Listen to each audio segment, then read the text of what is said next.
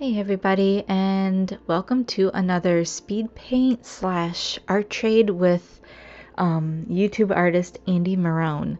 I think it's Marron, it could be Marron. Well, she'll correct me either way. um, so this project came about, this trade came about because Andie was in I think it was a live stream, and she was teasing that she was doing some fan art for me, and I was like, oh my god, yay. And I went and checked out her YouTube. Like, I think that was the first time we met, or not her YouTube, but her Instagram, because she was telling me that she has an Instagram, and I was looking at her stuff and I was like, oh my god, this is so adorable. It's a very oh god, what did I say? I can't remember. It's a very storybook style, and I was just so happy with her artwork. I was like, ooh, yay, new artist friend. So she said that she was going to do some fan art for me, and then, like, time went on and I didn't see it, but she kept saying she was doing it, and I was like, you're just teasing me. And she's like, no, seriously, I'm doing it. But eventually she did start showing me pictures, and I was like, oh, you're really teasing me now. And I kind of decided at that point that I wanted it to be a trade, but I didn't want to make her feel pressured or anything like that, because she hadn't done the video yet. And so I was like, okay, that's cool. It's cool. And then she told me she had the video done. I was like, oh crap. So I'm actually super late on my end. Life tends to get crazy when I agree to do something with somebody. But she was very understanding in it, and has been. So now my half of the trade is finally getting done. And I asked her what she wanted from me, and she's always posting these really adorable videos of her son on Instagram, and I was like, oh, little wee potato, he's so cute. And I was just ecstatic when she said that she wanted me to do a little caricature of him with his I think it's called a Gigalosaurus. I don't know what kids' toys are called anymore, but I guess he really likes his Gigalosaurus. So my half is a caricature of her son Rick, his Gigalosaurus, and his latest obsession is Ghostbusters. She actually just recently put up a video of him dancing to the Ghostbusters theme, and I was just smitten. It was like, I love other people's kids. I really, really do. So I was super happy to go ahead and do this for her. I was very excited that she even let me. Like, some people get very like, no, let's not do an art trade because blah, blah, blah. But she was not like that, and I was very happy. We decided to make it traditional medium watercolor exchange. And watercolor is really not my forte. I struggle with it because I'm too afraid really to use the mediums the way that they're supposed to be used. So it was a bit of a struggle because it was a lot of very light washes and build up and things like that. And I still don't think I built it up enough, but I didn't want to ruin the piece either. I get to a point where I'm happy with something and I'm like, I know it's not perfect, but I'm super happy with where it is right now, and I'm going to leave it alone. So yes, this is little Rick. He is very, very blonde, and that's actually a really, really hard tone to work with. But I figured it out. The skin was a bit of a struggle too, because I didn't want to make him look too yellow or anything like that. I think I got a happy medium, but the little blushes and reds just didn't come out. I ended up filling that in with color pencil later. And he is watching a floating television with the Ghostbusters logo on it. You guys will see that a little bit better later on.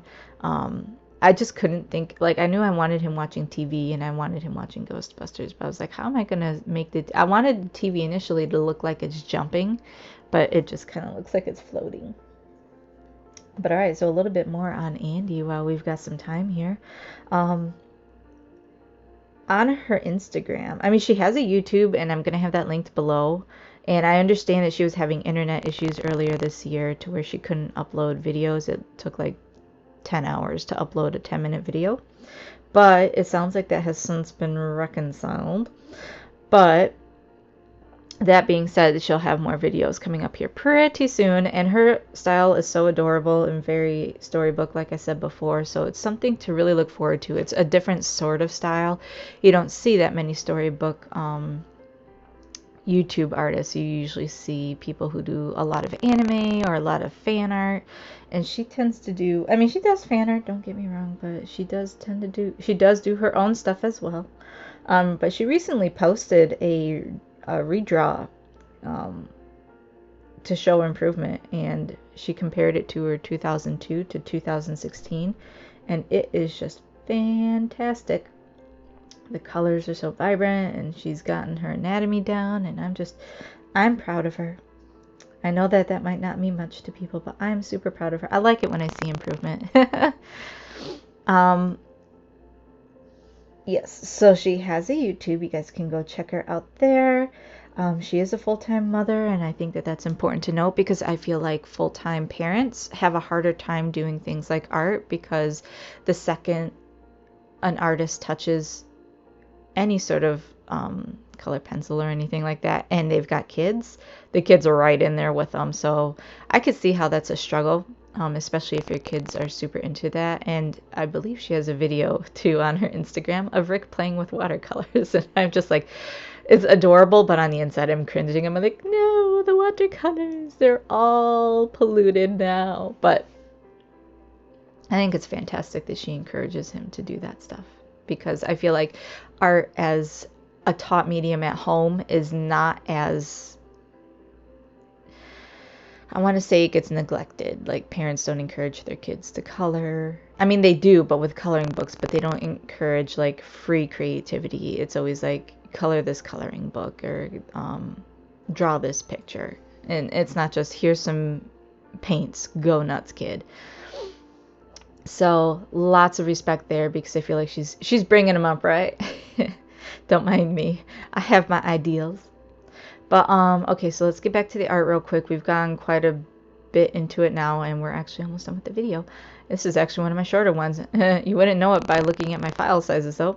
So I'm going in with a dark brown Prismacolor pencil, because I wanted a soft appearance to it. I didn't want harsh ink lines in this at all.